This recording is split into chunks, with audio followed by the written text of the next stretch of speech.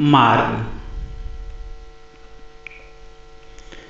तो हमें जिस पद्धति का अनुसरण करना है वह है अपनी समस्त चेतन सत्ता को भगवान के साथ संबंध और संपर्क में लाना और उन्हें हमारी समस्त सत्ता को अपनी सत्ता में रूपांतरित करने के लिए बुलाना, ताकि एक अर्थ में स्वयं भगवान हमारे अंदर का वास्तविक पुरुष साधना का साधक बन जाए और साथ ही वह योग का स्वामी भी हो, जो निम्न व्यक्तित्व का उपयोग भागवत रूपांतर के केंद्र और अपनी ही पूर्णता के यंत्र के रूप में करे।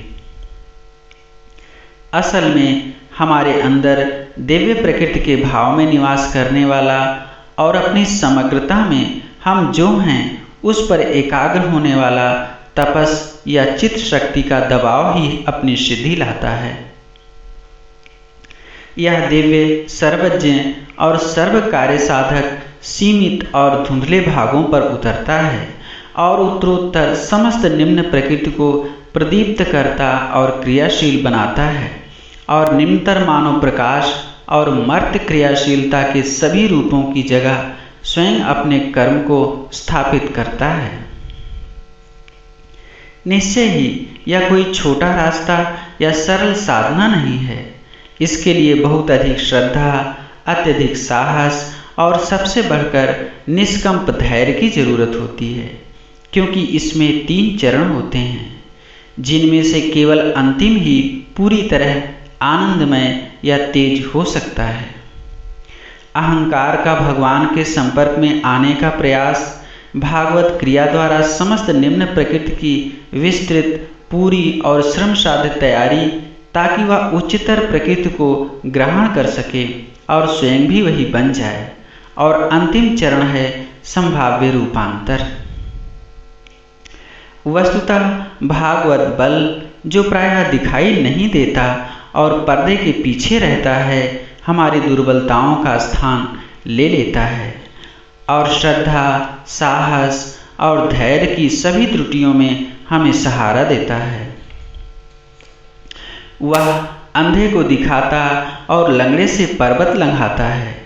बुद्धि भलाई के लिए आग्रह करने वाले एक दिव्य विधान और सहारा देने वाली एक सहायता के बारे में अभिज्ञ हो जाती है। हृदय सब चीज़ों के ऐसे स्वामी के बारे में बातें करता है जो मानवता का मित्र है या वह सुमाता है और जो सभी स्खलनों में हमें संभाले रखता है। अतः यह मार्ग एक ही साथ अकल्पनीय रूप से कठिन है, फिर भी इसके प्रयास या उद्देश्य के महत्व और विस्तार को देखते हुए अपेक्षाकृत सबसे सरल और सबसे अधिक निश्चित है। उच्चतर की इस क्रिया के जब यह पूर्णतः निम्नतर प्रकृति पर कार्य करता है, 3 मुख्य लक्षण होते हैं। पहला यह कि वह किसी निश्चित पद्धति या क्रम के अनुसार काम नहीं करता, जैसा कि योग की विशेष पद्धतियों में हुआ करता है, बल्कि वह एक प्रकार की स्वतंत्र, बिखरी हुई और फिर भी धीरे धीरे तीव्र होती हुई ऐसी साउद्देश्य क्रिया द्वारा कार्य करता है जिसका निश्चय उस व्यक्ति के स्वभाव के अनुसार होता है जिसमें वह काम करती है, और साथ ही शुद्धि और पूर्णता के लिए उसकी प्रकृति जो सहायक या बाधक सामग्री प्रस्तुत करती है उसके अनुसार होता है। अतः एक तरह से इस मार्ग में हर एक आदमी की अपनी ही योग पद्धति होती है। फिर भी क्रिया की कुछ मोटी मोटी बातें ऐसी हैं जो सब में समान होती हैं। कुछ ऐसी चीज़ें हैं जो रूढ़िगत पद्धति नहीं बल्कि एक प्रकार का समन्वयात्मक योग का शास्त्र या वैज्ञानिक पद्धति बनाने में सहायक होती हैं। दूसरी बात यह है कि पद्धति सर्वांगीण है, इसलिए वह हमारी प्रकृति को उसी रूप में स्वीकार करती है जैसा हमारे पिछले विकास ने व्यवस्थित किया था, और वह किसी आवश्यक चीज़ को अस्वीकार किए बिना सबको एक दिव्य परिवर्तन के लिए बाधित करती है। एक महान कारीगर हमारी हर एक चीज को हाथ में लेता है और उसे उस वस्तु की स्पष्ट प्रतिमा में गढ़ देता है, जिसे अभी वह अस्पष्ट रूप में प्रस्तुत करने की कोशिश करता है। उस सदा प्रगतिशील अनुभव में यह देखना शुरू करते हैं कि यह निम्नतर अभिव्यक्ति किस तरह बनी है, और यह कि उसके अंदर हर चीज, वह चाहे कितनी भी विकृत, तुच्छ, भ्रष्ट दिखती हो, दिव्य प्रकृति के सामंजस्य के किसी तत्व या क्रिया की न्यूनाधिक रूप से विकृत और अपूर्ण आकृति है। हम यह समझना शुरू करते हैं कि जब वैदिक ऋषि मानव पूर्वजों द्वारा देवों के उस तरह के गढ़ने की बात करते हैं जैसे कोई लुहार अनगढ़ पदार्थ को अपने कारखाने में रूप देता है, तो उनका क्या मतलब था?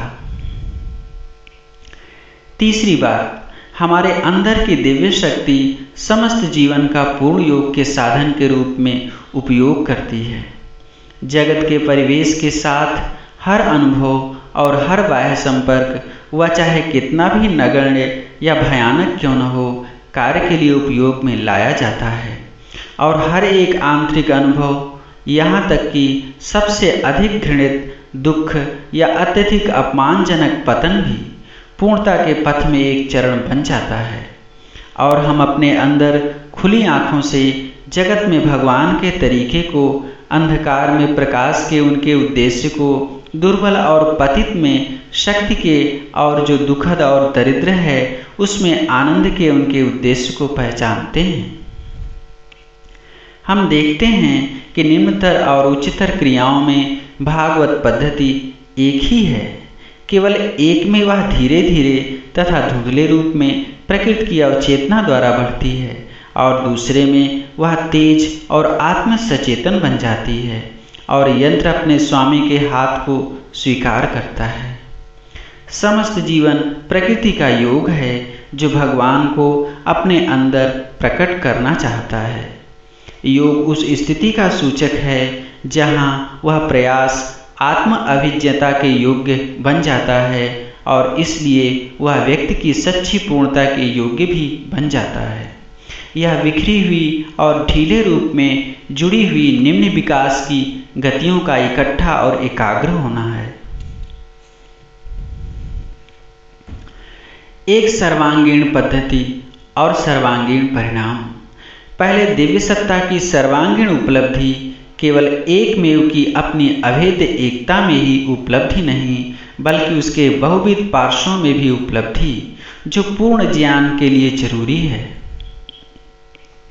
केवल आत्मा के अंदर ही एक की उपलब्धि नहीं, बल्कि क्रियाओं, लोकों और प्राणियों की अनंत विभिन्नताओं में भी एक की उपलब्धि आवश्यक है। अतः सर्वांगीण मुक्ति भी आवश्यक है। केवल ऐसी मुक्ति नहीं जो व्यक्तिगत सत्ता के सभी भागों में भगवान के साथ अटूट संपर्क से आती है, अर्थात सायुज्य मुक्ति, जिसके कारण वह पृथकता में भी, द्वैत में भी मुक्त हो जाता है। जिसके कारण वह पृथकता में भी, द्वैत में भी मुक्त हो जाता है। केवल सालोक्य मुक्ति ही नहीं, जिसके द्वारा सचेतन सत्ता भगवान के समान उसी स्तर पर निवास करती है, यानी सच्चिदानंद की स्थिति में, बल्कि इस निरंतर सत्ता के भगवान की मानव प्रतिमा में रूपांतर द्वारा दिव्य प्रकृति की प्राप्ति, अर्थात साधर्म मुक्ति भी। और फिर सबसे अंतिम और पूर्ण मुक्ति भी, यानी अहंकार के क्षणिक ढांचे से चेतना की मुक्ति और उसका एकमेव सत्ता के साथ ऐक्य। इस सर्वांगीण उपलब्धि और मुक्ति द्वारा ज्ञान, प्रेम और कर्म के परिणामों का पूर्ण सामंजस्य आवश्यक है, क्योंकि सत्ता में एकमेव के साथ और सर्वातीत के साथ तादात्म्य द्वारा अहं से पूर्ण मुक्ति प्राप्त होती है।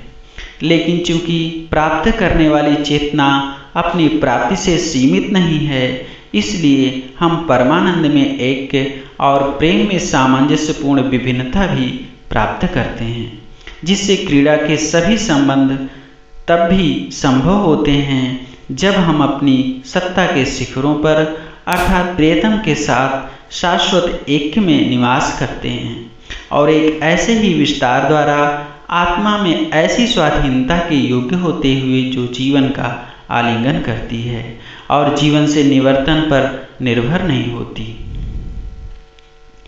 हम अहंकार, बंधन या प्रतिक्रिया के बिना अपने मन और शरीर में ऐसे भागवत कर्म के वाहक बन सकते हैं जो मुक्त भाव से जगत पर उड़ेला जाता है।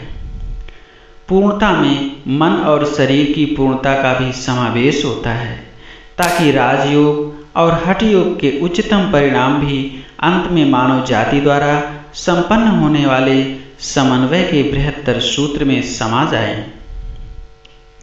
बहरहाल योग द्वारा प्राप्त अनुभूतियों और सामान्य मानसिक और भौतिक क्षमताओं के पूर्ण विकास को भी सर्वांगीण पद्धति के क्षेत्र में लेना चाहिए।